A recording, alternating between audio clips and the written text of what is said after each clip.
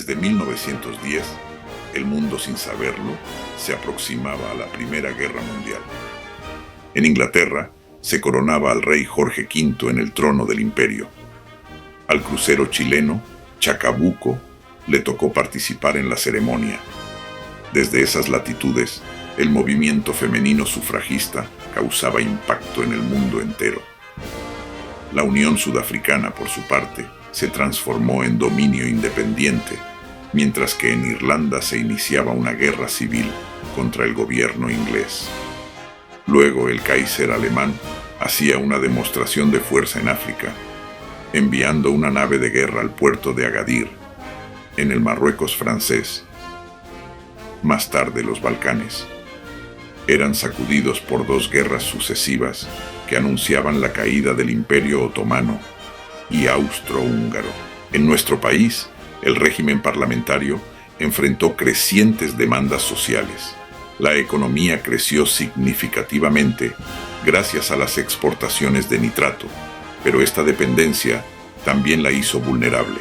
Durante el gobierno de Ramón Barros Luco, cuyo lema era "Garantía para todos", se continuó con la modernización militar. Dos uniformados fueron ministros de guerra, el general de brigada Arístides Pinto Concha y el capitán de navío Guillermo Sublet. El general de división Jorge Bunen Rivera, por su parte, se mantuvo por 10 años en el cargo de inspector general del ejército. En 1911 se trasladaron a la Catedral de Santiago, los corazones de los héroes del combate de la Concepción. En su recuerdo se estableció el 9 de julio para la Jura de la Bandera. A 1913, solo 2 divisiones se habían reorganizado. Se creó también el servicio religioso del ejército, el de la Armada y la Escuela Militar de Aeronáutica en 1913. Los estudios de esta iniciativa los realizó el general Arístides Pinto Concha, jefe de la Comisión Militar en Berlín, y el coronel Pedro Pablo Darnell Encina, alumno de la Escuela Superior de Guerra de París. Detallaban los avances en la materia en Europa y proposiciones para la adquisición de aviones. La escuela funcionaba en el aeródromo del Bosque y contaba con 11 aviones: Blériot, Breguet, de Perdusin, Voisin y Sánchez Besa, estos últimos fabricados por un chileno. La educación militar también avanzó con la implementación de 44 escuelas en los cuarteles. El 80% de los 5.974 alumnos que asistieron a estas escuelas habían aprendido a leer y a escribir, entre ellos un buen número de mapuches. En esos años había adictos militares comisionados en Alemania, Inglaterra, Francia, Austro-Hungría, Bélgica, Argentina, Brasil y Bolivia. Sus informes fueron muy importantes para entender la guerra que venía. El atentado de Sarajevo, el 28 de junio de 1914, desencadenó la Primera Guerra Mundial que se gestaba por la competencia entre las grandes potencias imperiales. Duró más de 4 años y se desarrolló principalmente en Europa, con frentes secundarios en África y el Medio Oriente. En Europa, las acciones se desarrollaron en el frente occidental, Alemania contra Francia junto a Reino Unido e Italia.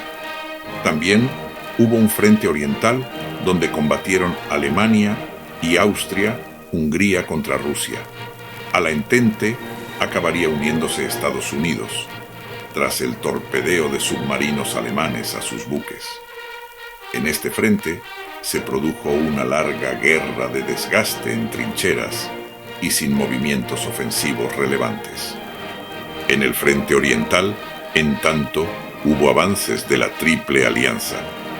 Rusia se desestabilizó y su participación terminó después de la Revolución de 1917. Tanto el Imperio Austrohúngaro como el Otomano colapsaron al fin de la guerra. Alemania se adjudicó parte de los territorios rusos tras su rendición y acabó firmando un armisticio con la Entente. Se reordenaron las colonias en África y la guerra llegó así a su fin, con un cómputo superior a los 15 millones de muertos y la victoria del bloque aliado. Chile, durante lo ocurrido, mantuvo su neutralidad, lo que fue difícil. Hubo uso de banderas falsas por las naves beligerantes para eludir restricciones y obtener suministros en nuestros puertos.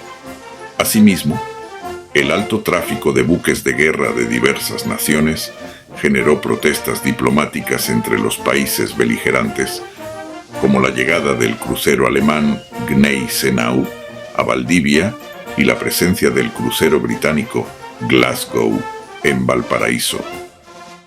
En noviembre, frente a Coronel, se enfrentan las flotas británica y alemana con un gran triunfo de esta última, al mando del almirante von Spee, la que hunde 2 cruceros británicos.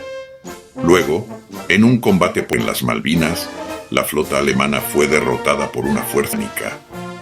El crucero alemán Dresden, que participó en el encuentro, huyó hacia aguas chilenas. Evadió a los ingleses gracias a la geografía de los canales. Luego huyó a Juan Fernández, donde fue interceptado y atacado en la bahía Cumberland, terminando hundido tras una explosión controlada por su tripulación. Los sobrevivientes alemanes fueron internados en la isla Quiriquina, bajo control chileno, en cumplimiento de las normativas internacionales. Este incidente y otros, como el bloqueo efectuado por el buque alemán Prinz Eitel Friedrich en Isla de Pascua, mostraron las dificultades para mantener la neutralidad en un conflicto global.